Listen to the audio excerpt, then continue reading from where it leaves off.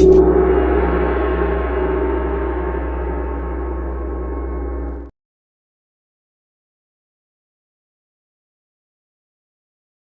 slightly strange setup tonight. I am not looking at my usual camera or indeed my usual computer, thanks to a little bit of a technical malfunction, but I will endeavour to try and ride through the technical storms and chaos that might come up. But I am going to be ably assisted by Lewis Jones once more, and we have a great array of guests in a week that saw Northampton Town record a famous derby victory against Peterborough United, which you may have noticed inspired our What is the Question competition this week. Also a week in which the Lionesses did us proud and got silver in the World Cup, and also a week in which our friend Paul Sinha has had a little health glitch, but he's back on his feet once more, and we sent our love to Paul. So before we get going, I just want to say thank you to our Patreon members. They help this channel keep going by paying for some of our technical and running costs, which there might be more after tonight. Huge thanks to our community of All Things Quiz members. Your support helps us to keep this channel going. It pays for essential running costs. Now, if you want to become a member of All Things Quiz, all you have to do is go to patreon.com/allthingsquiz. And from £3 a month, you not only get to support the work of this channel, but there are a range of member benefits available, including our monthly quiz. Hope to see you soon.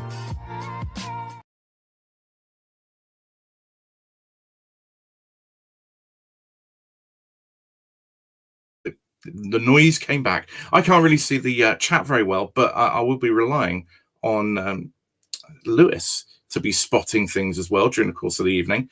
But for now, let me bring on Lewis and our first set of guests. So here we are. Lewis. Oh, you're going to earn your corn tonight, Lewis. I'm on it, mate. Don't worry. I'm ready to go. We got Harry. We've got the Gardners. We got Dan. And we have got Claire. Welcome all. Welcome back to some of you. Harry, Claire and Dan, we last saw you on this channel when you were in the Mastermind final. Brilliant final that it was. Yeah, did it feel good to be back on the TV quizzing and showing your knowledge like you did tonight? It was fun. Yeah, well, we're old hands at it now, we're like the camera. Grizzled pros, I'm sure. Whereas Kate and Louise, this is your first time on TV. What sort of kind of experience was it watching yourselves on the screen for the first time? Excruciatingly embarrassing. Yeah. I mean, in what way did you find it embarrassing? Because it wasn't embarrassing to watch, that's for sure. It was a great episode. Were you embarrassed just by existence? I think sometimes when I'm on telly, that's how I feel. And listening to some of the things I said that I wished I hadn't said. But I was just trying to throw out answers, and some of them were not great. That's the game, though, Kate. You've got to throw stuff out. That's how it works. You did a great job. Yeah, and Dan, you're a captain. That's what you're looking for from your team, isn't it? People to be throwing things out for you to kind of try and piece together. Yeah, I mean, you don't really see it so much watching it on TV, but constantly throughout, when the clues are coming up, you're getting whispers in both ears, and we probably throw out up to a dozen suggestions as the clues come up that you wouldn't necessarily see, but we're throwing suggestions, ruling them out, working them out. So there's loads going on throughout that 40 seconds you've got for each question, and hopefully within that, obviously, you come to an answer. But you saw that there was quite a few where we were just throwing stuff in, and we just couldn't see the link on some of the questions, which ended up actually being quite straightforward, which is all part of the genius of the question writers, I guess. Yeah. Steve says, I thought it's two fab teams this week, eminently likable. I mean, it's rare that the Only Connect producers pick people who aren't likable, but in this case, they, Harry, so some people slip through the net, obviously, but no, it was two lovely teams, very, very enjoyable to watch and see how you were playing. We've got a bunch of people in the chat right now. And, that comment from Steve was one of them. And don't forget, you can put questions or comments in the chat, and we will do our best to bring them in front of our guests tonight. Michael Partland, always good to see Mastermind finalists getting a run out. There's no hint of an agenda there. We'll have to have you back on, Michael. That's a good prompt. So, Lewis, what did you make of the start to tonight's show? Great episode. Very, very strong opening round, I think, for both teams. I think most rounds, I think, this series have had something go over, but I think you all answered your own questions in round one, which is always an excellent start. Some really, really strong stuff, I thought. The 3-pointer on the books by King Charles, obviously the standout there. A massive result. I think that was that mostly you, Harry? I think once I said it, I think it sparked it. But yeah, because it was just kind of. It's kind of like when you think of the environment, you think of architecture, you think of King Charles. You think Charles? Yeah, of course. He's the number one guy. I mean, read any of those books? Absolutely not. It's a brave guess, though, isn't it? So early on in the show to go for it after 2 clues. Dan, was there any kind of hint of is this a little bit foolhardy, particularly when Victoria did a bit of psychology with you? Well, we didn't know the answer, but it certainly seemed a feasibly good answer. What Claire suggested, which I think is a great tactic, which in future perhaps we might have employed it better. But if you think what else could come up, there's going to be 4 clues.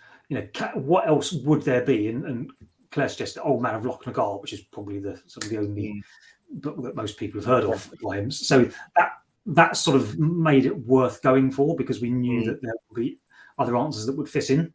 So that, and the fact it was the first question, there was still, even if we got it wrong and lost a point, then there was still time to come back. So whether we'd have gone for it if it was the 3rd question and we were on 0 points, I don't know, but it seems to be the right call at the time. Now, I won't quite come up with the Donna Eyre question, but when she was interviewing the cause, she asked, how they met. But Gardners, we know how you met, obviously.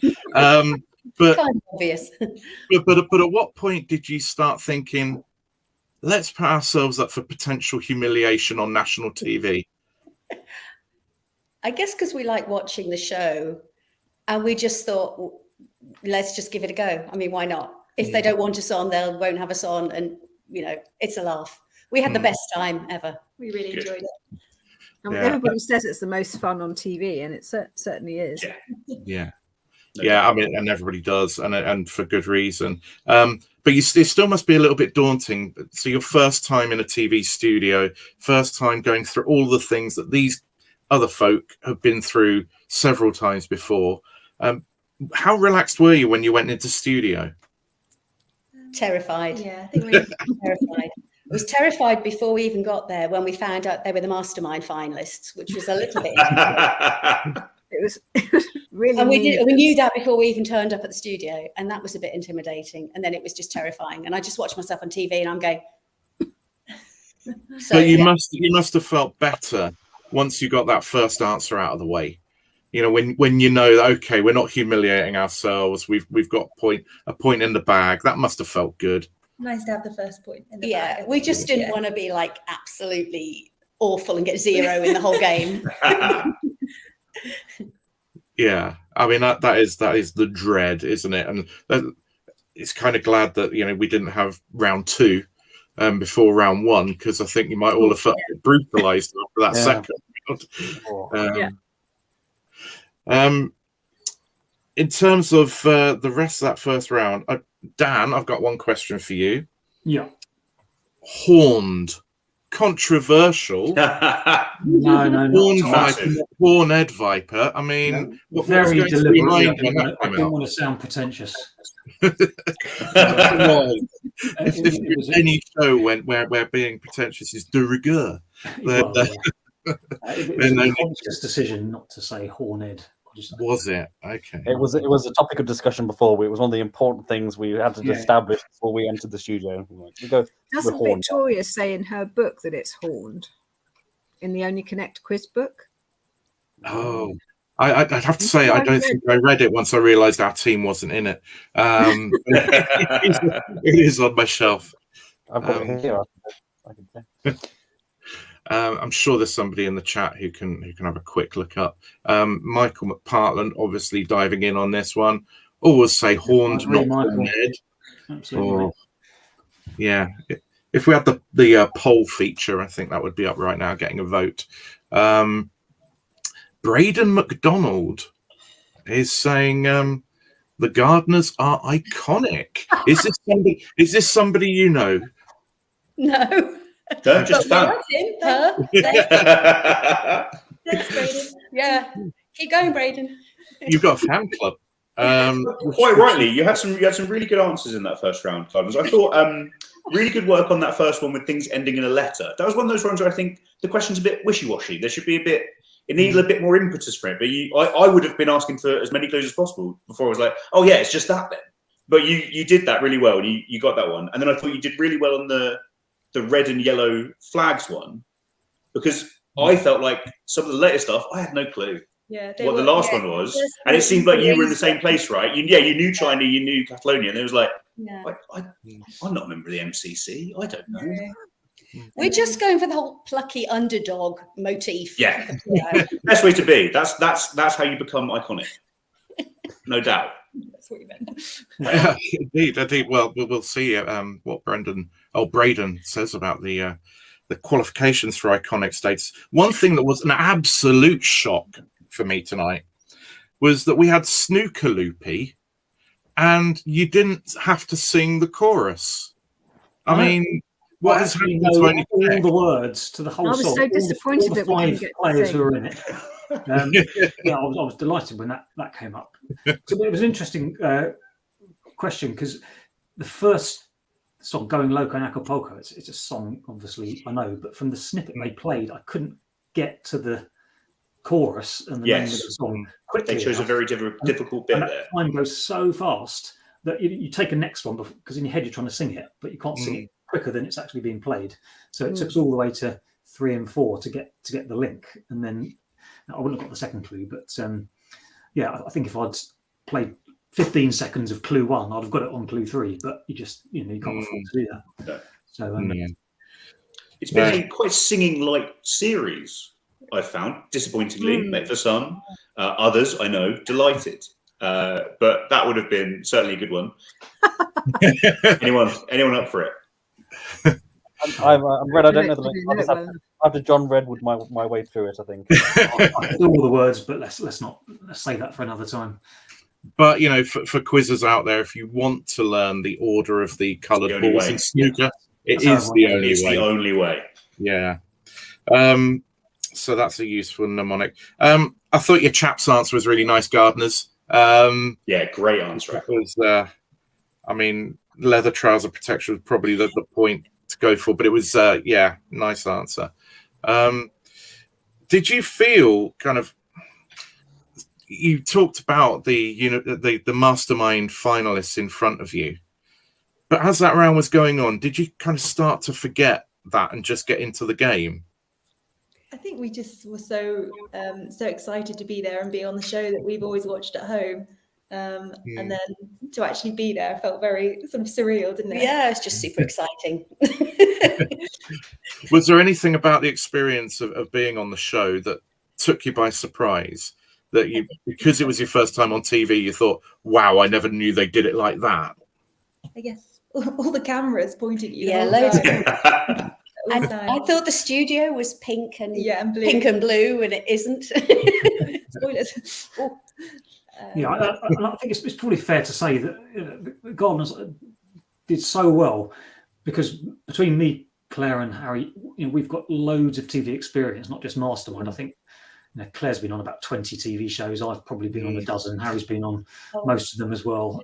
Harry's completed the Monday night set now, importantly. Yeah, I have. So we had a huge advantage in that respect, and also the fact we were already a team who'd been playing the online version for 2 years. So the fact that the Gardners were leading at half time, fair play to them, because I can understand why it might be a little bit intimidating coming against a team who have got loads of experience and have quizzed together for in that particular format for a couple of years. So we had all the advantages on our side, and yet the Gardners still led going into the Wars. Yeah, and, it just went wrong after that. I mean, the reason why the Gardners led after the Wars was because you were the only ones. Sorry, after the round 2, you were the only ones to get any points in round 2. Oh, we noticed. I mean, you picked up a bonus on the NATO phonetic one, which is a beautiful one if you spot it. We love that. I thought it was a really, really good question. When did you get it earlier than when it came over to you? What point did you get it? Very early on, I think. Okay, well, Clue 1 or Clue 2, but we quite like our native phonetic alphabet. it's a classic for a reason. We love the word questions. We're often looking for a word one, even when there's not one to be found. I actually think it's almost the perfect Only Connect question, because it's easy when you see it, but the first clue threw us in the wrong direction. So yes, we were thinking Bond, obviously. It's set up that extra thing. And then the second clue, Essartia, I'm thinking, is that an obscure French actor I've never heard of? And then when Tom came up, I'm still thinking French. So I'm thinking, was it like French Polynesian islands? So I'm going completely in the wrong direction. And the clues don't come across the screen like they do on the TV, left to right, RST. Yeah. They come in a grid format, so it's like R, S, and T underneath the R. So it wasn't quite as obvious that they were, an alphabetical order. I mean, Claire obviously picked it up. But then when we saw the answer, and you think, oh my God, I mean, the perfect question in Only Connect is one you don't get. But when you see it, you go, oh my God, of course it is. How easy. And it's been bothering me for months, honestly. And then just to see it, almost embarrassing to see it come out, and fair play to God. Almost about it. We've been having things about it since March. I mean, I am impressed that you didn't spend like half your time going, hang on. So Roger Moore, then before him, Sean Connery, then it was Connery again.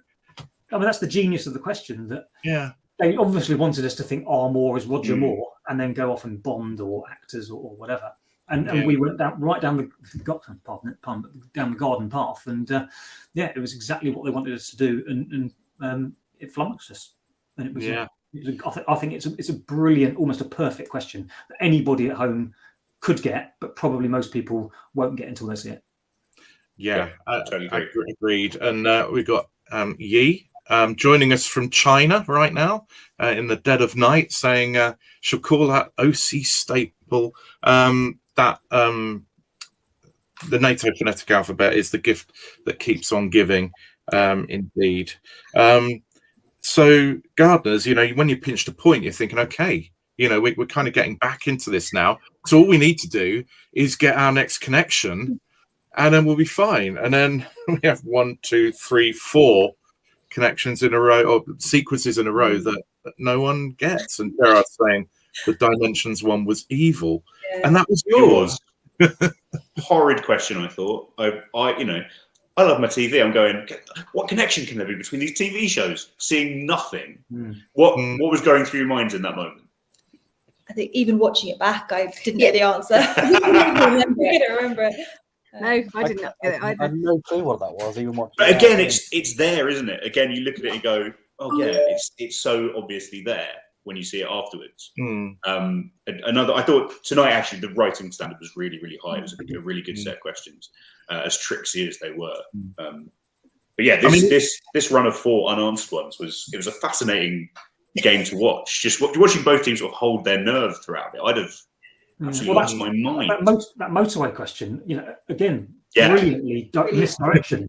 M1 Mansfield, in geography, and I'm looking at the map in my head, and then I think I said, how many letter M's are there, and then discounted that as being a word for motorways.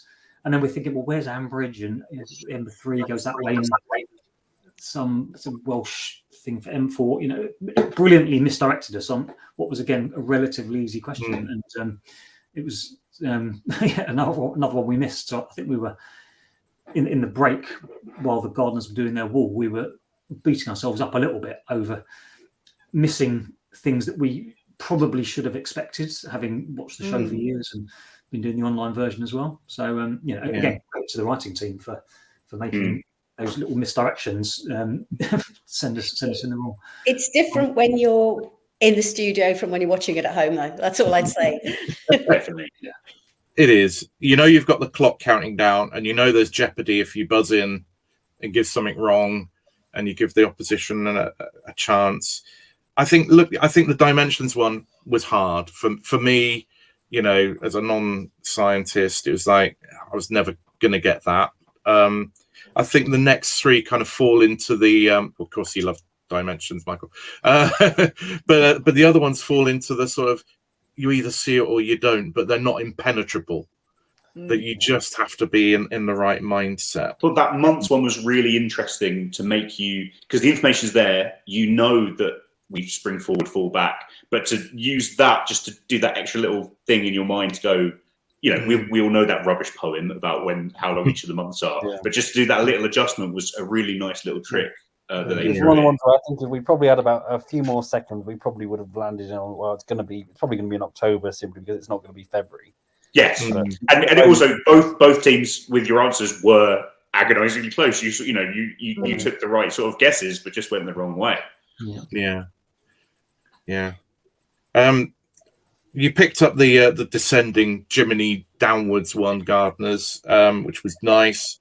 It is worth pointing out that Harry did whisper Jimin. He recognised Jimin. I mean, that's how we know Harry has been doing too much quiz if he actually knows the members of BCS. Yeah. Of course, yeah. I mean, Jimin's not my favourite, but you know. You're a John Coop. We all know you're a John Coop guy. That's fine. Yeah, and R, I believe one of them is R. I mean, I'm a big rap fan. So Gardner's in the lead going into the wall. Now, there was one point where there was an excessive amount of filling by Victoria. And that was painful, wasn't it? That was 10 minutes. That was strong. I was just thinking that it must be that you've both solved the wall really, really quickly. It turned out one of you solved it obscenely quickly.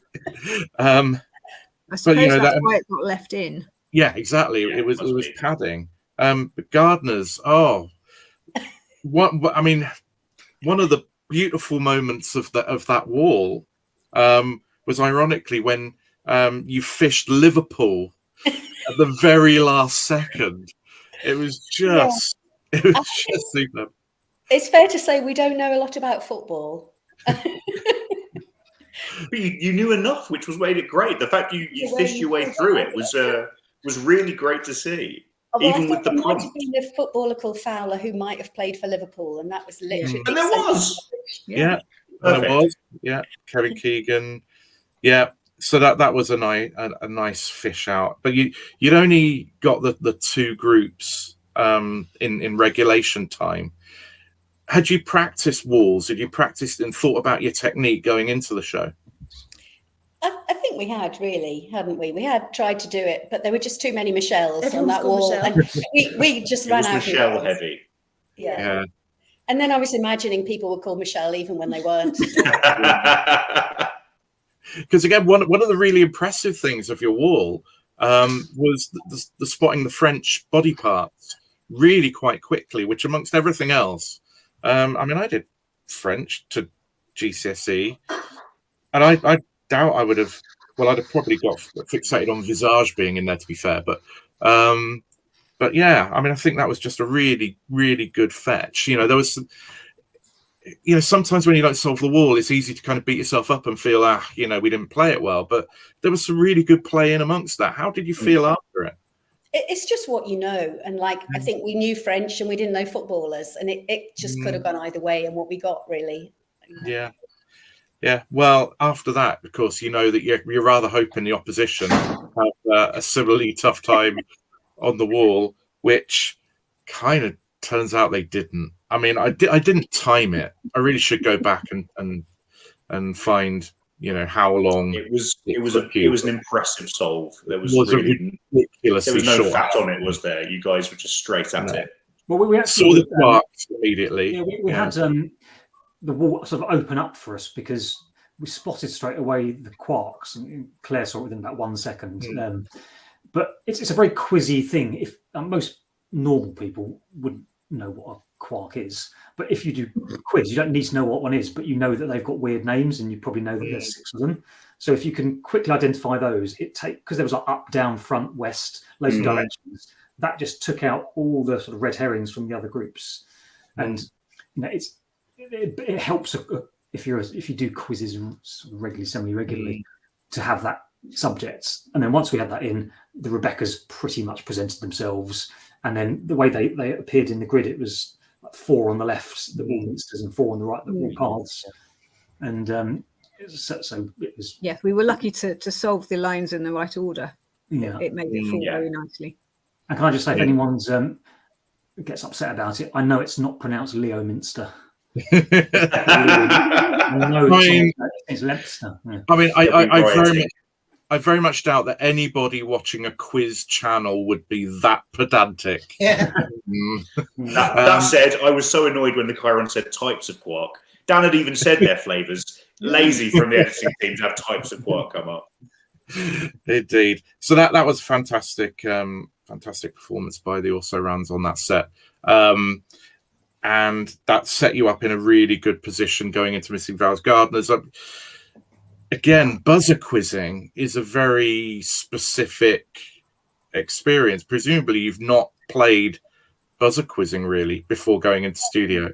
We obviously play along with the Missing Vowels at home. We thought we could do Missing Vowels, but it turns out we're not as quick as the other team. We were just behind every single time. Yeah. That second is such a trick. Like people still just don't realise it's there, and it can be terrifying. And not wanting to lose the point as well makes it such a difficult thing. Yeah, there's an undeniable advantage of the fact that we have been doing the online version for 2 years. One more day to sign up if anyone's not signed up. got to do an ad at quizcentral.net.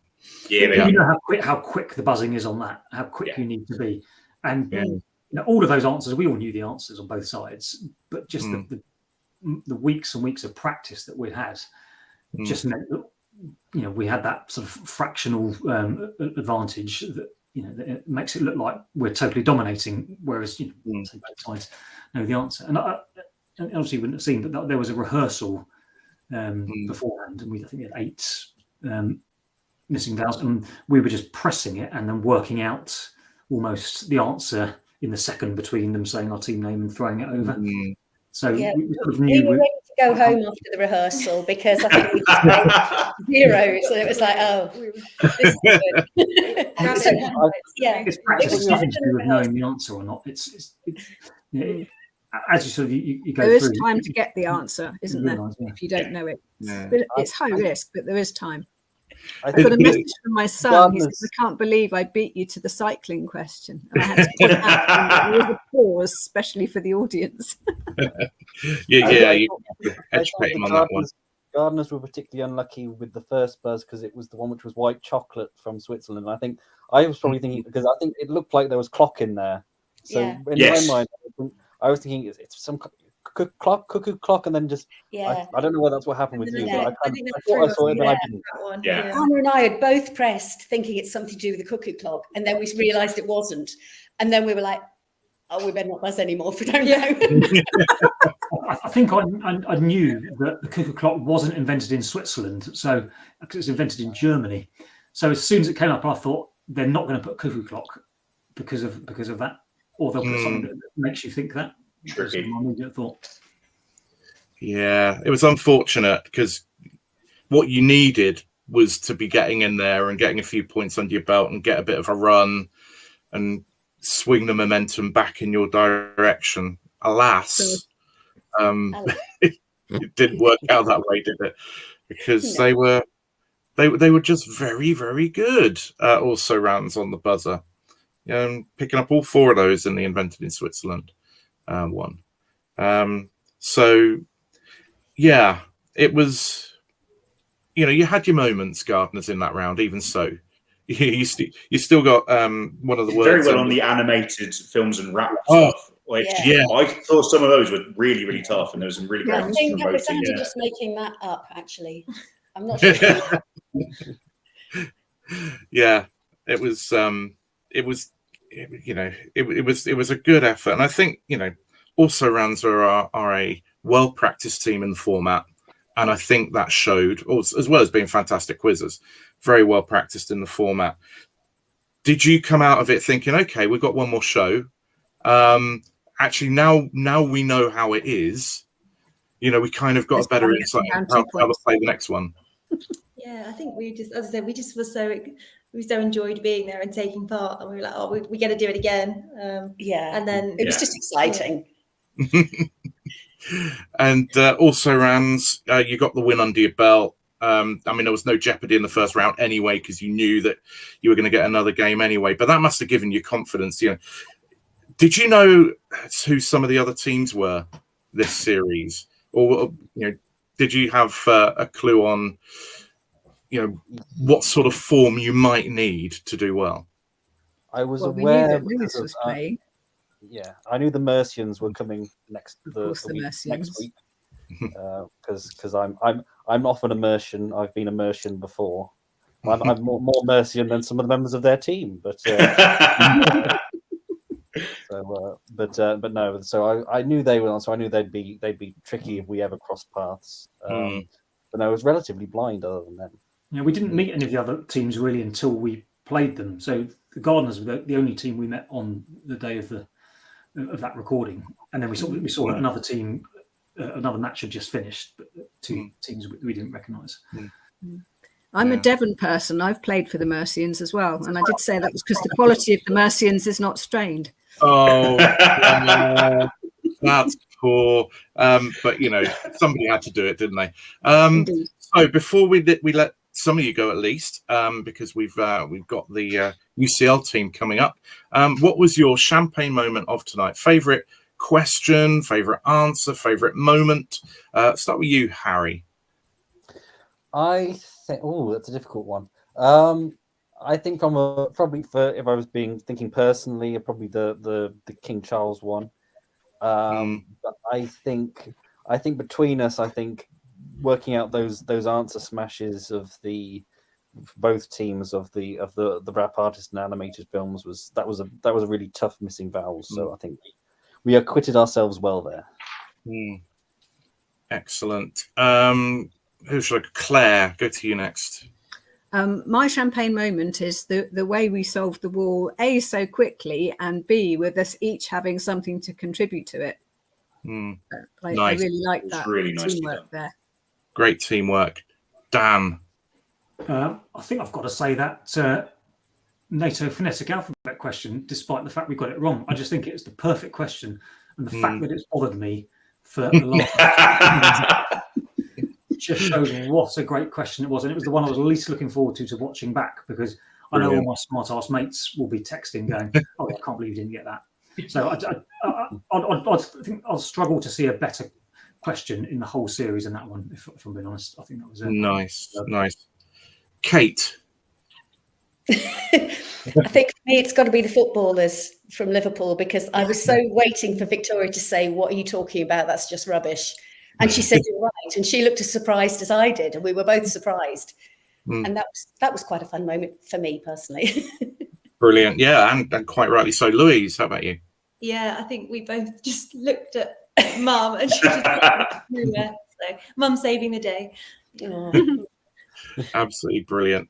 Well, that's Lewis, hang on, before we close this, what was your favourite moment of Only Connect? I'm agreeing with the Gardners. It was that Liverpool moment. It's that thing of we all know stuff that we don't necessarily know we know, and yet you can throw a thing out there. Like, I find so much of what being good at quizzes is guessing and throwing things out, and it's a little thing that sparks, and it was exactly that thing. And then also for you to be prompted, still go it and get it. It was excellent TV, and the delight on your faces was really joyous. Yeah, it was. Well, thank you so much all for coming on. Harry's going to be staying with us, but to Kate, Louise, Dan, and Claire, well played on tonight's show. Thank you so much for coming on. Really appreciate you coming on, and hope we will see you again in the series and chat more. Yeah, we're going to just play a very quick video, and when we come back, we will start talking University Challenge. Thank you. Thank you. Bye. Right. If you like what we do here at All Things Quiz, then please make sure you click the subscribe button. Please also click the like button. That helps YouTube to recommend us to other people like you. You can also share our videos with others and click the notifications button to make sure you're alerted whenever we release a new video. Hello, we're back. It's really weird. We've got a strange setup here, as those if you weren't with us from the start, where I have two screens in front of me, one for a computer that won't play any noise, and this one. But and things are running at different speeds. And now you're now sound's gone. We don't know why. Am I back now? Yeah, you seem to press mute halfway through. I didn't, but on this laptop, on this laptop, it decided to start playing the audio from the video that I think the rest of the world just saw. So I don't know. It's amazing. Anyway, let us not focus on that. Let us focus on the fact that we have a University Challenge winning team joining us tonight. Good evening. Hello.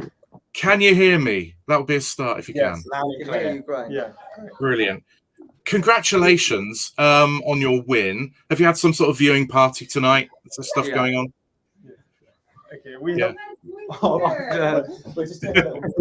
we're in a public place. We're inside UCL, and there's people wandering back and forth. So don't be surprised if it's, That's fine. We will go with the chaos. Waiting. It's fine. You carry on. No.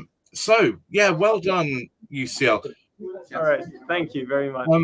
One of the things that I found interesting tonight, before we get on to the actual show, King's, they made a point of King's having like 700 students. UCL has considerably more. Now, we've talked previously to Oxbridge colleges with small numbers of students, and it's quite easy. You put something on the common room wall, and you kind of know everybody, and it's not that they find it easy to come up with a team, but they can kind of tick off all the likely candidates fairly quickly. With an institution like UCL, how on earth do you go about finding the 4 or 5 best people to represent your college? Do you want to start? Yeah, so I mean, I don't know how other universities of kind of the size of UCL get on with it, but for us it was, I think the whole student body pretty much got an email saying, if you think you've got it and you'd like to take part, please come along to a trial. And the first trial I went to was in a massive lecture hall that I've never been to before, but a real kind of 150 seaters. A real kind of 150 seater. I think there were well over 100 people there. Wow.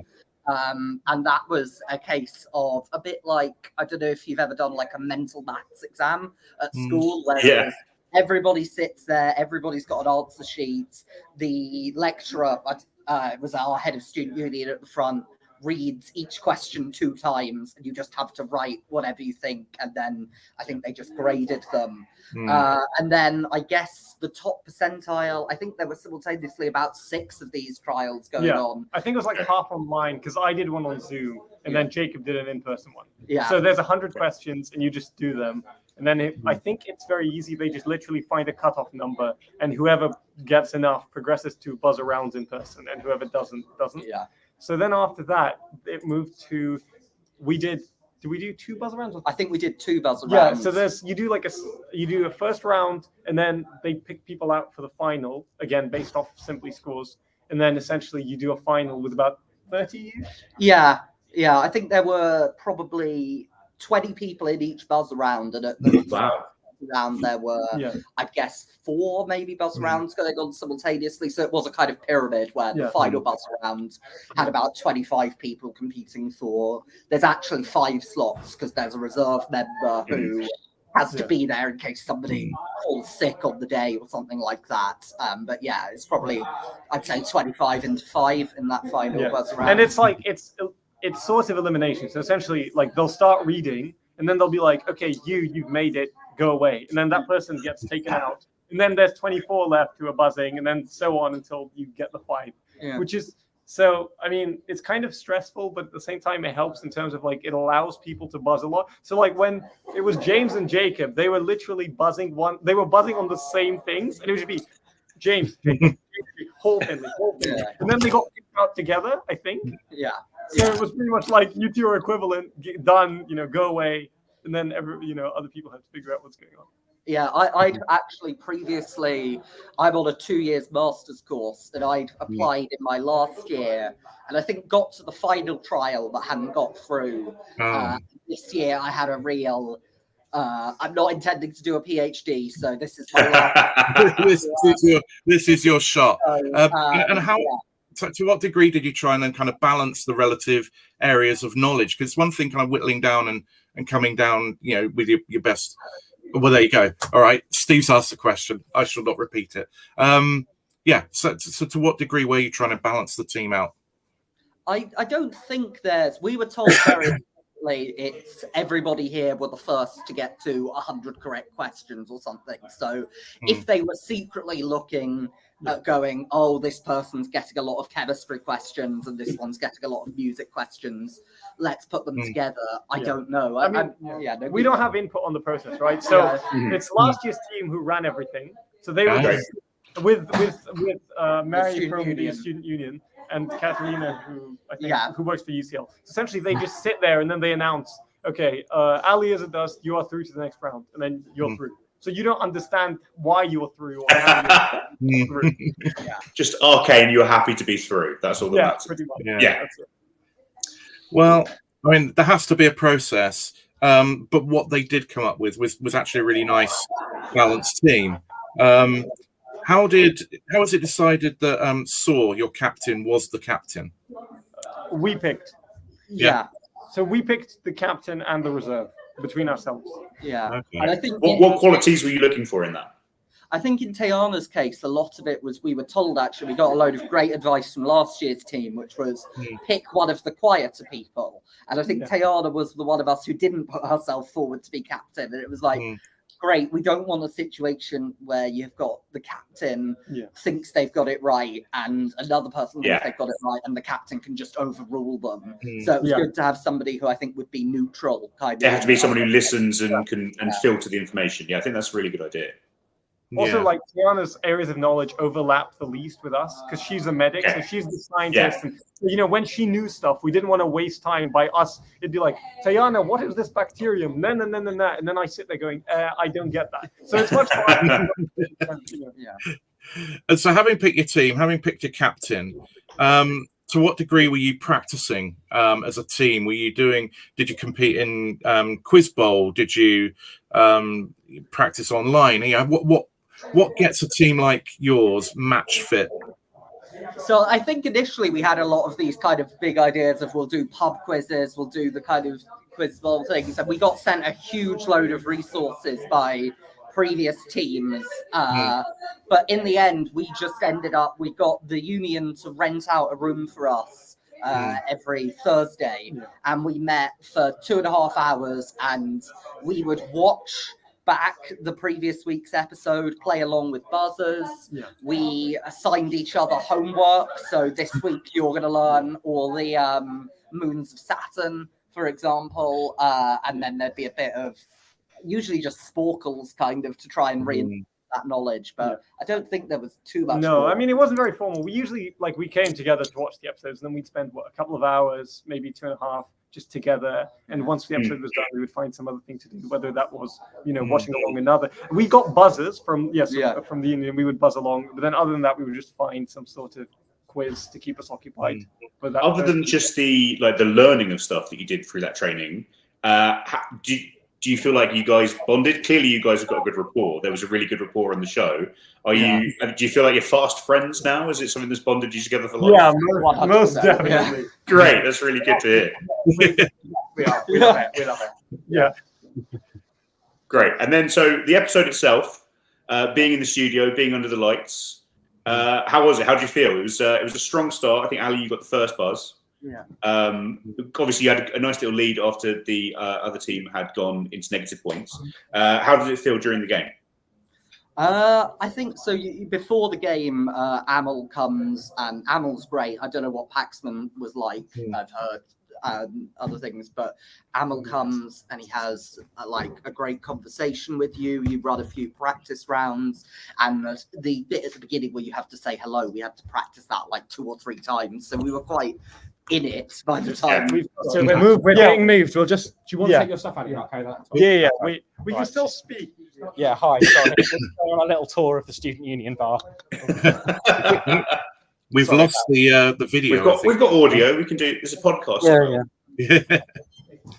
Sorry. Could you just say that again? I was just trying to work them out the way. We've lost your video. So yes, Ali's very strategically turned it off. Let's go. Yeah, I mean, I didn't. That's all right. Yeah, he's. I don't think we were. Yeah. It's kind of in keeping with the Let's hope this is all right in the dark. Okay. There we are. There we are. Okay. Well, we're Where are you going in the middle? Jacob's going in the Can middle. you fit in the thing?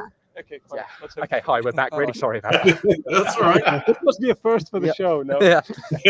Yeah, I think so. Oh, I don't know. We've had all sorts of chaos over the last 4 years. You got off to a flyer, as Lewis said. What I liked with your team was there was good discussion. I think about that Herman Hesse answer, for example, the ability of people to just put something out there and the team to weigh it up, and for you to then, decide, to go with kind of a what you probably at that point thought was, well, it's a vaguely plausible answer, so put it out there. But that's what good teams do, isn't it? Good teams fish out answers through discussion. That's what you did. Yeah. All right. Is that something you were consciously kind of doing as a team? Yeah. Yeah, kind of. I think we had we had so much practice as a team, and I mean, to be fair, on the Herman Hesse one, it was like we all kind of knew after a while what we'd all revised and kind of swatted up on and what we knew. And me and Tayana, the captain, had basically just been doing sporkle after sporkle on Nobel Prize winners.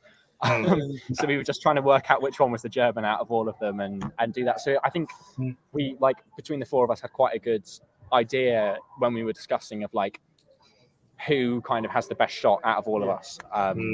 I think as well, when we've spent so much time together, that you get a sense of when a person is saying something just to test it, and they know but they're not sure. So it was like the glass speed one. It was sort of like Ali's got that in the back of his brain, and he's not sure, but he's saying it out loud to sort of confirm. And I know nothing, but if I say yes, but you know how to count to 4, unlike me. Yeah.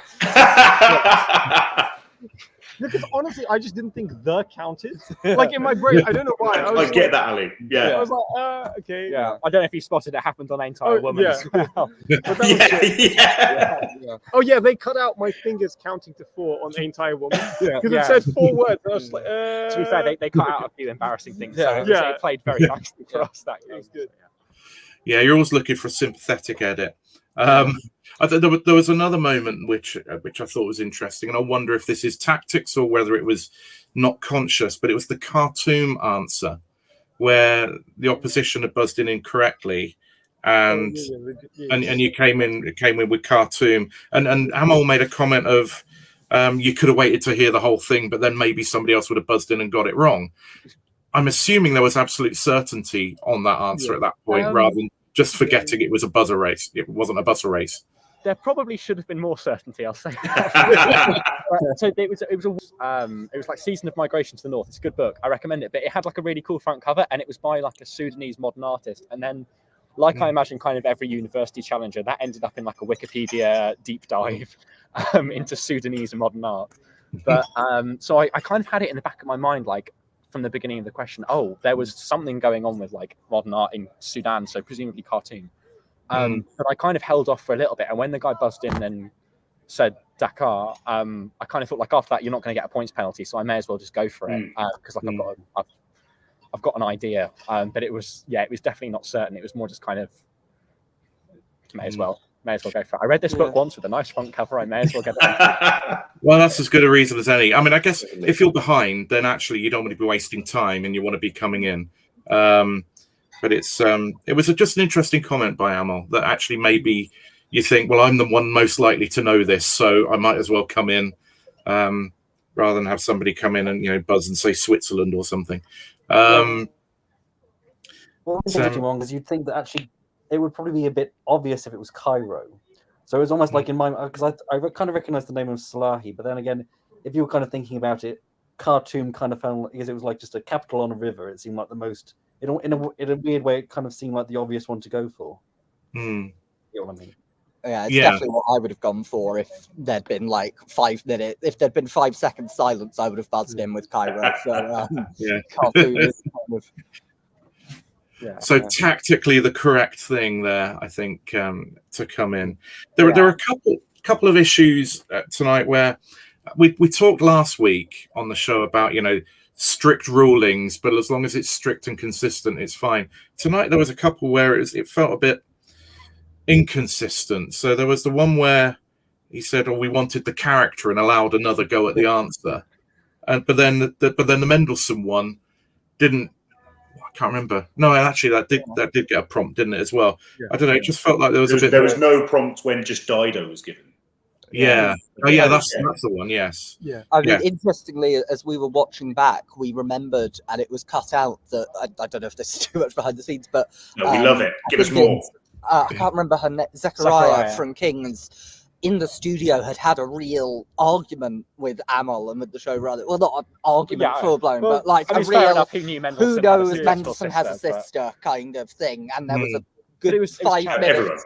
There was a 5 minute of deferring back and forth with the quiz masters on whether that was acceptable. I mean, I felt, at least for the Cowardly Lion one, again, a bit of it got cut out. Yeah. But I think what was happening is, like, 2 of us or 3 of us were shouting, "We need the character," which is why I think when Tayana said Wizard of Oz, it was very clear that we were trying to come up with the character, but we weren't saying a character. Yeah. And then we all, and then again, like there was like 20 seconds where we all just said names of characters. And then we did. Okay, 20 seconds is too much. Like 1 second. I think it should probably be on the record that it was edited out. That the Cowardly Lion thing is entirely my mess up. Oh, come on, I said it, and then they edited it to make it look like it's entirely Tayana's fault. So like it was very fair. I think we literally got like 1 second to redirect the brain, and then we said something and it was wrong, and then that was it. So like I felt that was kind of.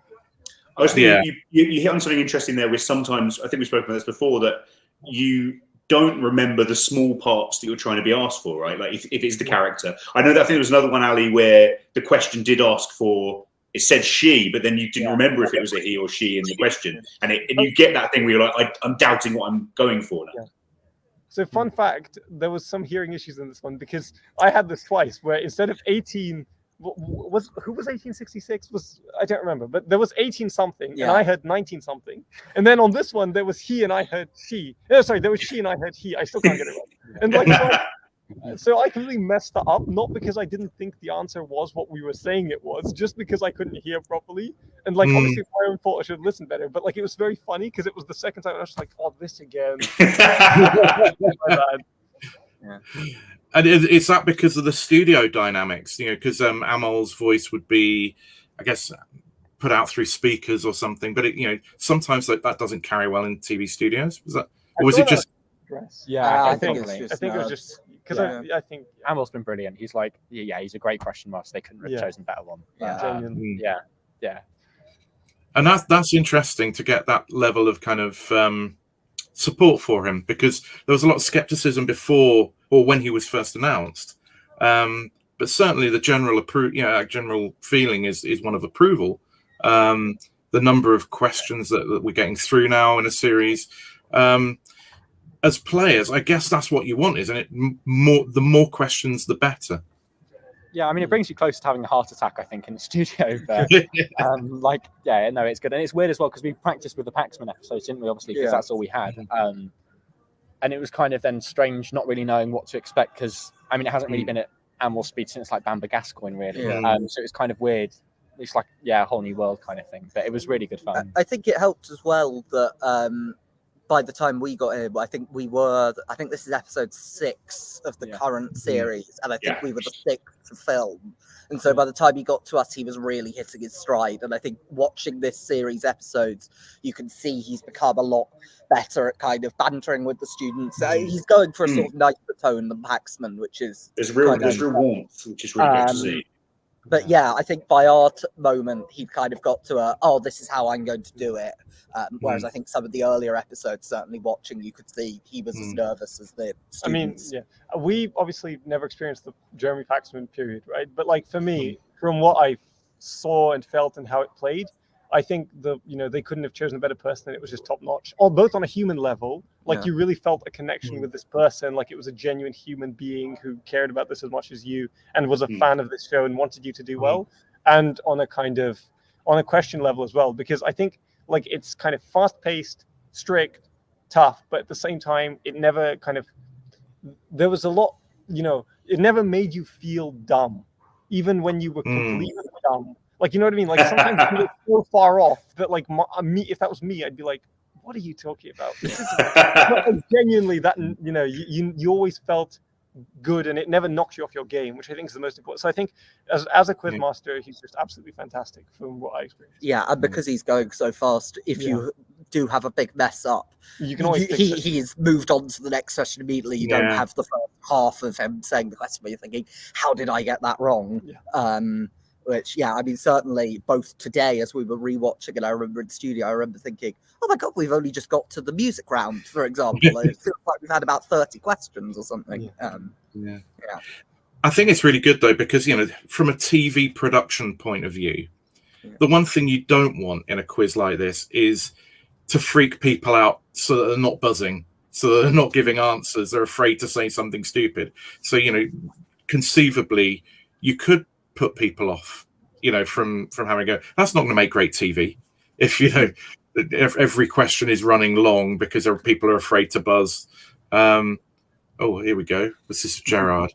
I told Mum there was a question about fairies. Asking which Shakespeare play it was based on, and they answered Henry V. My mum asked, "Is Midsummer Murders the only Shakespeare play with fairies in it?" There we go. So we're not mocking TV contestants, but clearly Gerard is mocking his mum, and that is fine. Well, when we were sitting rewatching it, I think we all turned to each other and said The Winter's Tale. So there was stuff from in the episode that we couldn't remember. So in the match then, early on, you took a lead and they now managed to claw it back to within 20, but never really closer than that. And then I guess 3/4 of the way through the show, you've got a very, very healthy lead, and presumably you're feeling, okay, we've got this. And then they put a string of 3 buzzes together. Did you have a sense that, actually you were okay for time and they weren't going to catch you? Or was there some concern starting to creep in when they put that run together? Definitely I was getting scared because Amon was going at such a pace. And I felt that we had absolutely, certainly I don't know about the other 2, but I was aware that I'd mentally switched off. After a while, I was like, we've got enough points. We're going to win this. Isn't this amazing? I'm on University all over. And then you look around and you're like, oh my God, they're actually only, if they get this point in the next set of bonuses, they'll be 10, 15 points behind us. So I think when James got the final one, LEY, got it out. I think, it went to gong almost immediately, so it wasn't a problem. But I was looking around at them going, okay, guys, let's string this set of answers out a bit. If we need to, we can confer for a bit longer than necessary. But that wasn't a problem in the end. Mr. Clutch, how did you feel? It was nice. I was lucky. I kind of was glad that I said Lee, because I would have spelt it LY, not LEY, and probably would have been disallowed. So I'm glad that Amol interrupted me when he did, because otherwise I would have put my foot in it. But yeah, no, it was a good feeling. It was kind of, it's just very relieving when the gong goes. Because it's kind of hard to gauge how much really you have left. Because like you're saying, it feels like kind of 30 questions go by the time you get to the music round. It just doesn't feel real. It's kind of like being in a weird dream. But I remember as well, before our second round, that was the one bit of sort of almost negative feedback I was saying to the guys of like, I don't know about you, but I fell asleep there once we had a lead, or mentally I kind of switched off, and we need to make sure next time if we have a lead, we keep on it. Like, there's nothing wrong with embarrassing a team, almost kind of like. Not that we do coming up. We're on the other way. Without spoiling things. Keep on. I guess the other factor is that with the repechage, you probably got to a point where you thought we got enough points.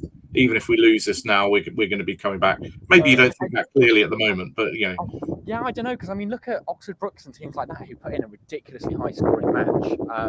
And obviously, we're not even we're not even halfway, I don't think, through the first round matches. So, we'll see what happens. I mean, I'm just a fan of hearing the word repechage because I've never heard it.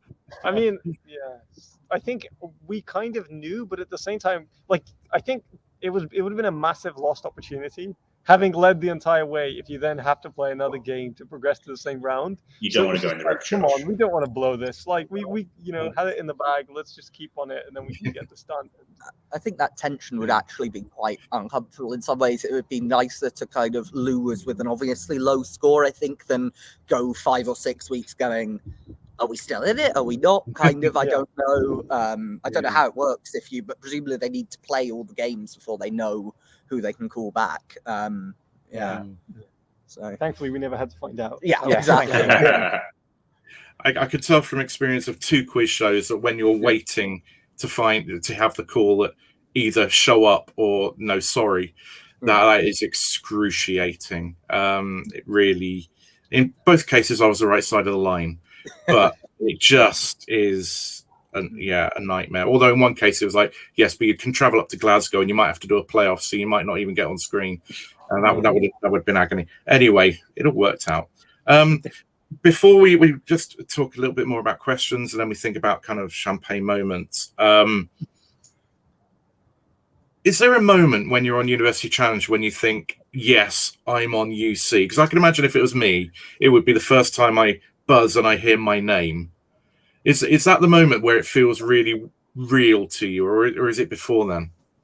Certainly for me. And I think as well, actually walking into the studio and seeing, of course, it's a slightly different studio, but seeing your name on one of those panels and getting to kind of sit behind that is, that's pretty surreal and kind of, oh my gosh, this is actually happening. I think for me personally, it was just walking into the studio because obviously it was a new set. Like we'd never really seen it apart from in the green room before. And it's just so weird walking in and seeing like your name on the thing. I feel like when Roger shouted like UCL Hall in my case, it didn't really go in because when you buzz, you can't see that it's you that's buzzed. Like, I mean, it's not spoiling anything to say like the next round there's a question where all 4 of us buzz simultaneously, and it's really like I think we all just kind of sit there looking like, what do we do now? But you just kind of have like, I personally, I don't know about you guys, I was more just kind of listening. Oh, is it me or is it someone else? So it kind of washed over me a bit. This was like the first time really hearing it and appreciating it. I don't even remember. Like honestly, I kind of blew through the whole UCL Izzatdust bit. Genuinely, like I don't remember, at least like in each game, I don't have a distinct memory of hearing, except like James 100%, on the money. It's only for the purposes of knowing it's you.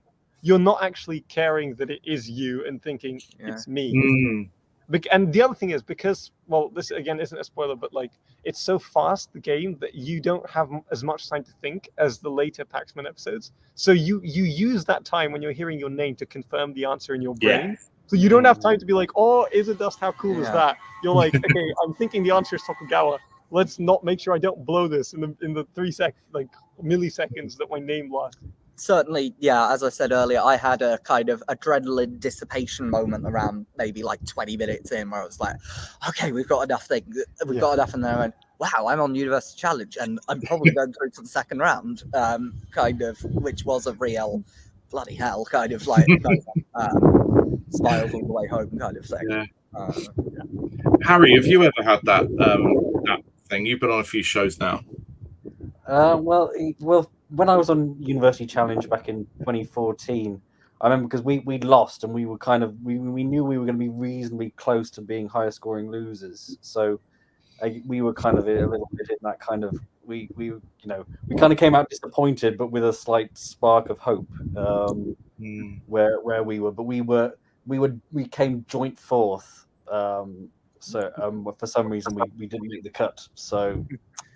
we were 1 and out, unfortunately. Oh, harsh. And now you watch it with like a clenched fist. It took me a few years to be able to watch it again. It was dark times. But, so favorite questions. Was there anything that jumped out at anybody tonight, Lewis? When you were watching, were there any questions that? I think you're not going to say I'm disappointed at everyone for not knowing Joy Division. That's the main thing that I've taken from the evening. Some decent guesses from both teams with Genesis and Rush. Great names to be invoked. But that, come on, guys, Joy Division. I've had so many messages about that. I've got, when he was saying it, I was like, Unknown Pleasures. I recognise that title and the thumbnail on my Spotify. Who is it? And then at the end, I was like, late 1970s, early 80s. It's probably something experimental, prog rockish. I'll go Rush. But yeah, wasn't a I've bad guess. definitely been clowned about that by plenty of people. I think. Yeah. Harry, favourite questions tonight? Well, I always like the geography questions, so I like the Ancient Islands, the university, so always goes down well with me. I was really impressed by Tiana's really quick buzzing on the Lamarck question. Yeah, so quick. That was such a good one because it was you knew the question was about inherited characteristics, and so she must have known that it was. There could have been other answers, but that was the most likely. So it was a really good early buzz. So the odds on it. Yeah. It made also those kind of things really made the opposition kind of have to take real risks, like when Zachariah had to buzz in early and guess on Exmoor and it was Uruguay and things like that can quickly sort of throw you completely out of your game. Yeah, and I think one of the good things about the UCL team was you all got buzzes. I think everyone did tonight, didn't they? I think everyone got at least 2, and that's rare for sure. It was really good to see, and also good to see people buzzing, getting things wrong, and not letting them knock them. Keeping at it. I think it's very easy to go sometimes. I've negged. I'm gonna take a couple of questions off the buzzer, but everyone kept at it. It was really good to see. Yeah, it was. I like when there's a new angle to try and get different questions in. I quite like the quilts set, which I thought was a really nice. You will hear about the quilts of Faith Ringgold a lot. It was a nice question. Yeah, so I like that, and I like the Mallory Blackman. I like the picture round. Well, I guess it's first round. Sometimes these. Your last memory of University Challenge is like the final, the semi-finals, and whatever, and a little bit like Only Connect, you sometimes feel like it's got easier. I don't know, but some of the paintings ones having Mozart in the classical music. I don't know if there's a sense that they kind of ramp up the difficulty. I don't know if you know it, if they do or not. That's what we've been told, certainly. And certainly myself watching it this season, I felt, there's a lot more pop culture questions, it feels like, than there have ever been before, which are seemingly easy. Although the other thing they've told us, obviously, is that they're heavily slanting a lot more towards science and kind of STEM subjects. So I guess there'll be fewer questions on kings and queens and stuff like that. I don't know whether I've felt that the questions were easier or not. I don't know, certainly different. I mean, without revealing the name of the people we play in round 2, I don't know about you guys. I was slightly terrified. I think I still am in retrospect. But there were some. You definitely face harder opposition as you go through. I mean, you can see it just watching on the TV, like the speed that people buzz at, like the confidence that people go with early buzzes, and as well, I mean, the picture questions you don't get to see as a contestant until Amal's finished reading it, and even then there's still like a second or 2 delay. So what feels like a slow buzz on TV is actually like the second the picture comes up, and you just can't compete with that sometimes. And so you just, if you're facing someone like, what was his name from Imperial a few years ago that was really good at geography, Zhang. Like if you end up facing an opponent like that, there's just nothing you can do. Like it can be easy as whatever, but his buzzes straight in as soon as the question finishes. So there's it's about the opposition as well, I think, as well as the questions. Absolutely, and with any buzzer quiz, it's, knowing the stuff is only half of the game. Getting in and getting the chance to answer it is the critical piece, which you were just slightly better at, or more than slightly better at. Good enough. In terms of your own favourite kind of questions, your own favourite champagne moment of the evening, anything that stood out to you watching it back that you're particularly pleased with or particularly enjoyed?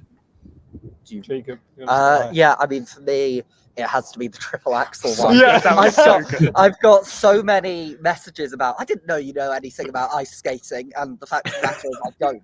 Like, I think, I don't know. During COVID, I guess I was unemployed, and so there were plenty of nights spent up watching the Tokyo Olympics. Just kind of got it. Although there's the Summer Olympics, I don't know, but that was just somewhere in the back of my brain. I was like, is it the triple axel? And I thought, I'll just buzz in, and sure enough, it was. I really liked this set of questions, even though we didn't get too many of them on the little and large names. That was a lovely set. That was nice. And then as well, intentional fallacy. I don't remember this, but we made it up. Made it up. Jacob was like, because I think we said intentional, James, and then he's like sitting there like, well, intentional fallacy, and we're like, go with that, go with that, go with that. It's like great. Yeah, it was brilliant. Authorial intent, kind of. Yeah, so those would be mine, I think, certainly. Ali, do you wanna? Yeah. You go. So I mean, I did enjoy cartoon, because I just thought, what the hell are the... Because it was one of those things where I remember it happening at the time, and this was like 3-4 years ago. I was thinking, this is just like a kind of university challenge thing to just like show off to someone that you know in a quiz. So I was really happy with that. But the most, I think someone on Twitter said about this as well, I was so happy with that Doctor Who question. Yes. Yeah. You didn't even let them finish the question. You were just like, yes, Doctor Who. You know what? That was my biggest mistake, because we could have. I don't know how big of a Doctor Who nerd you guys are. Presumably, I imagine someone watching will be. But we didn't get the chance on a Harriet Jones question to say, yes, we know who she is. The Doctor Who in-joke that's been going since 2005 could have been carried on. Well, it's interesting with that one, because they ask you when you interview before the TV show, are there any topics you'd like to come up or be interested in? And James said Doctor Who, and then afterwards you're going, I didn't know you were a Doctor Who fan. So we had just been chatting about Doctor Who for a while, and I think it gets cut. But at the time when that came at the studio, we were both like smiling at each other, like exactly. So Well, here, I'll go on then, Ali. I mean, I think on the whole, I really liked how we did bonuses as a team. I really enjoyed. I thought it was a very fun process where we all got to shine a little bit, but at the same time, we didn't talk over each other. Like, we kind of had the thing where if anyone has an idea, you throw it on the table, and then you kind of see what's going. And it really felt like it was a team game. I mean, personally, I think Fourth Estate probably, because I managed to redeem myself for not being able to, what was the theme with 4? Like 4 words, Fourth Estate, 4-letter phrase, ain't I a woman? It was always me. Like, how is it for the one that can't do 4? Anyway, so that was kind of fun. Like the whole, I enjoyed that. So, and I think bonuses is where we really, everyone got to show that we knew what we were, we knew what we were doing, and it really paid off the kind of team chemistry that we built up over the practices that we did together. It was very nice. Like, it almost didn't feel like we were on TV. It felt like we were back in, the UCL room where we always did this thing together, and it was just, a few friends hanging out. And I think that's kind of all you can ask for at this level. If the TV does stuff with you, then that's just great. Really is. That's the ideal scenario, isn't it? And 190 points to 145, so you're through to the next round. We get to see you again, which is great. And maybe we'll get to see Kings again. We don't know yet. It feels like it's going to be a high-scoring series. You might need a pretty, 150 plus maybe to get through. We'll see. But before we let you go, Ali, we spoke to Michael Cohen last week about UK Quiz Bowl. You are, I believe, the outreach officer for UK Quiz Bowl. What does that involve? Well, essentially, kind of, it entails, I mean, I've started for a couple months, but basically what I'm planning on doing is kind of touching base with existing Quiz Bowl institutions about what we can do to kind of improve. So as the kind of feedback person, and at the same time, like trying to grow this, obviously grow the game in new places, among new universities, help set up new societies, revitalize some of the existing old ones that have maybe, died down a little bit because some really good people have left or something like that. So, I'm kind of just, I guess I'm the contact person for people who have ideas on how to grow this, and also kind of a brain, like brainstorming person where I bring stuff to the table, but I want this to be a really common input, common output situation where I'm the contact person, but at the same time, we are all thinking about how we can improve, the experience of people playing Quiz Bowl, and and at the same time get more people involved. I mean, I've already got James involved once, so I'm doing my job. Quiz Bowl is not for me. But well, he says that now. Just you wait. In 11 hours of quizzing, never again. He kept very quiet, I have to say. At the beginning, we were like, "Oh, Ali's ridiculously good at all this quiz stuff." Yeah. When I went to this quiz bowl thing, you're like the most modest guy I know, Ali. We got there and they were all the X Series winners, and they all come in. Oh, Ali, I haven't seen you in so long. Oh God, I don't want to play you. I wish I knew this before we went into the matches. I feel a lot safer. I'd definitely be up for coming along. And we haven't. I think we were saying UCL's one of the few big universities without a quiz society, and we're probably one of the biggest student body-wise universities to have not won University Challenge. Well, we are the biggest because Open have won it, so we're the biggest. Yeah, so it's probably something that we should be getting on with, kind of. Yeah. Well, any spoilers away. Maybe we win this season. Who knows? We will find out in due course, and we'll enjoy finding out and watching you all again. Look, it's been an absolute delight having you on. Thank you for having me. It's been great. Thank you. Brilliant. So we look forward to your next match. At this point, you are free to leave, and I have to run through some news from the world of quiz. So enjoy the rest of your evening. Thank you so much. Take care. Have a good evening. Bye. Bye. So hopefully this is popping up on your screen. Our most recent recorded video is this review of QuizWit software, which can help you become a multimedia quiz host. So check that out if you want to see how anybody can do these snazzy quizzes, which we've used for our All Things Quiz Patreon members. The last week's winner in What Is the Question was Michael McPartland. The answer was shoot. So yes, and the answer was shoot. And his question was in 1989, which Football Magazine played the classic April Fool's joke where they claimed that Ian Rush had signed for Everton, only to later reveal that this was a hoax with the classic headline, Rush for Everton, Neverton. So well done, Michael, for winning that vote.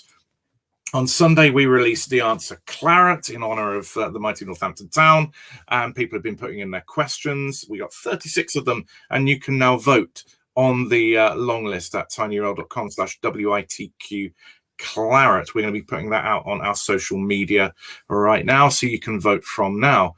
Now, news in the world of quiz. Last week's quiz of the week was Jason Butler for his win in Brain of Britain, the first heat of Brain of Britain, so well done to him. Alexander Harrison was second, Olaf Bjortomt third. Olaf May actually got a nomination this week for the same thing. I don't know. I'll have to check that out. Winner of Team of the Week was Emmanuel Cambridge for their performance on University Challenge, Izzatdust for winning Only Connect, and Iowa Caucasus for their performance in Online Quiz League USA in their regional competition. So the nominees for Quiz League this week, Dan Adler got a full house in Quiz League London Summer Friendly League. Olaf Bjortomt won the latest KFL Champions game. That's Knowledge Facts Ladder. Samir Chadha, this was one of our write-in nominees. People can nominate by going to tinyurl.com/ATQ nominations. Samir Chadha got 16 and 7 out of 8 of their questions in only their 6th ever quiz in the Summer League in London. Oliver Garner got a full house in the same competition. Pat Gibson won the Fundesliga Season 5. Now, there are 2 streams in Fundesliga, which is a Mimir competition based out of India. There's an international one with a more international curriculum, and there's an Indian-specific one. Pat won the international one, not for the first time.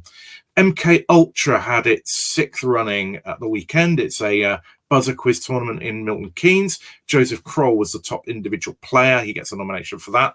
McLevin got a full house in Quiz League London Summer Friendly League. David Plotkin won the You Ought to Know a mid-year quiz. Now, You Ought to Know is a digest, an email digest of news and quiz facts that goes out daily, which you can subscribe to. And then twice a year, they run a quiz. And David Plotkin, a great American quizzer, won that one. Today, George Scratchard won the Heat of Brain of Britain.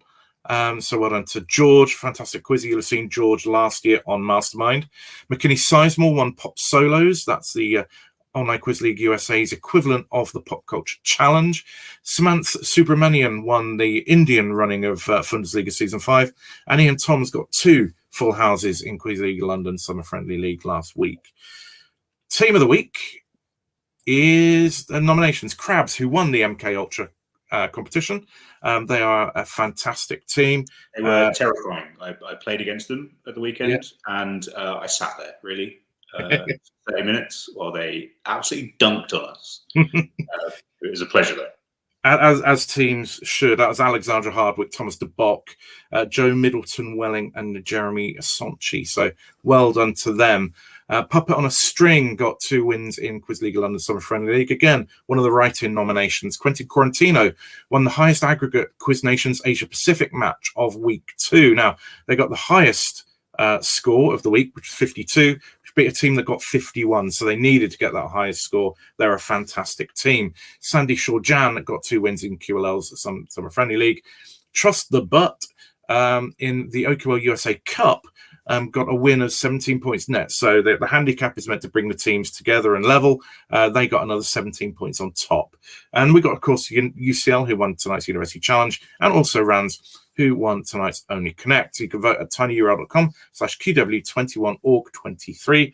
Voting is open now. We'll release the winner on Friday. Shout outs. So you can nominate people for the awards, but you can also nominate people for a shout out. And we got shout outs for the Plate Champions and the Spoon Champions from MK Ultra. So Plate Champions is Cosmologists, Jonathan Gibson, Dan Adler, Lydia Rowell, Frank Paul, Amy Golden, Harry, who was on the show until just recently. And the Spoon Champions were the fantastically named High School Musical, the series, the soundtrack, the quiz team, which was Madeline Lay, Oliver Hargrave, Chloe Spinks, and Lillian Crawford. They also beat us twice. It was a good day. Yeah, well done to them. Got to be a good team to be beating the likes of Lewis. So yes, that's the address if you want to write write any nominations in, submit them by 4 o'clock every Monday. And also going back a bit, or maybe not. No, maybe I should just go this way. That's why. There's a logic to it that it should have been this way, because we have all of our links in a link tree / all things quiz. So open for applications. Connections Online Quiz League is still open. Deutschland Cup, that's probably full now. Flames is probably just about full. Pop Culture Challenge, I think there's another week or 2 to sign up for that. And the Pop Culture Buzzer Quiz, they're looking for free agents on Facebook. Now, the Chinese poetry quiz, which I know that many of you are interested in, particularly those from China like Yi. I won't run through all of this, but this screenshot it. These are where the auditions are coming up if you want to be on that. And they may well be open to non-Chinese people. Obviously, you will need good Chinese language to be able to compete in that. And upcoming events, we've got the British Quiz Championships, 2nd of September. We'll have the next All Things Quiz members quiz on the 3rd, which will be a team quiz. If you want to join that, join our Patreon. We talked about it earlier. SportCon is coming up. That's a big convention in America. Brainerd Grizzly Quizly still has a few gaps. That's a Mimir competition about all things macabre. That's coming up on the 9th of September. The Mirko Mircic Memorial in Croatia is coming up 16th, 17th September. OQL Individual Championships, the next running of that's 23rd September. And then we've got some of the big events coming up in November, December, and into next year. The International Quizzing Championships, the Asia Pacific Quiz Championships, and the Pop Culture Buzzer Quiz. And that is the news from the world of quiz this week. So, Lewis, I guess we should wrap it up, except to say exciting news, which we didn't actually get to talk about pre-show, is that next week Mastermind is back. So massive. we get to have the full 3-show malarkey, which means the whole trip. Yeah, indeed, the whole 9 yards, which means that we will almost certainly, and I've got to speak to Valerie about this, almost certainly start up our mastermind prediction competition again, so that people can predict answers for the specialist subjects and game points and a little bit of bragging rights. So look out for that. We will be back next week. It may well be a surprise guest host. Ooh, we will see. Who could it be? No, Lewis. But equally, with Mastermind starting up and catching us by surprise, we'll see. We'll make it work. But yeah, we'll see what happens next week. But thanks so much, Lewis, for joining us again. Always my pleasure, Gareth. Only 2 weeks until we see you as a competitor. I know. I'm excited. Yes. So you'll have had good practice. You'll know all the questions that I will be asking. So that'll be good. Catherine Burkett is getting very hopeful. Dara Ennis for host. We can send him a message. We can always ask. Yeah. He was on children's. He was on CBBC this weekend. Was he? What was he doing there? Just talking to the kids, being down with the kids. That's what he's like. So why not invite him? He is a mop top ball of loveliness. He is a very nice guy and much taller than you would think. So yes. So we will be back next week. Don't forget to vote for What's Question at tinyurl.com/WITQ Claret. Don't forget to vote for Quizzer and Team of the Week at tinyurl.com/QW21org23. We're going to leave Catherine swooning over Dara, and we will be back next week. And until then, have a fantastic week of quizzing. Bye, everybody. Shout out to Jiminy Cricket.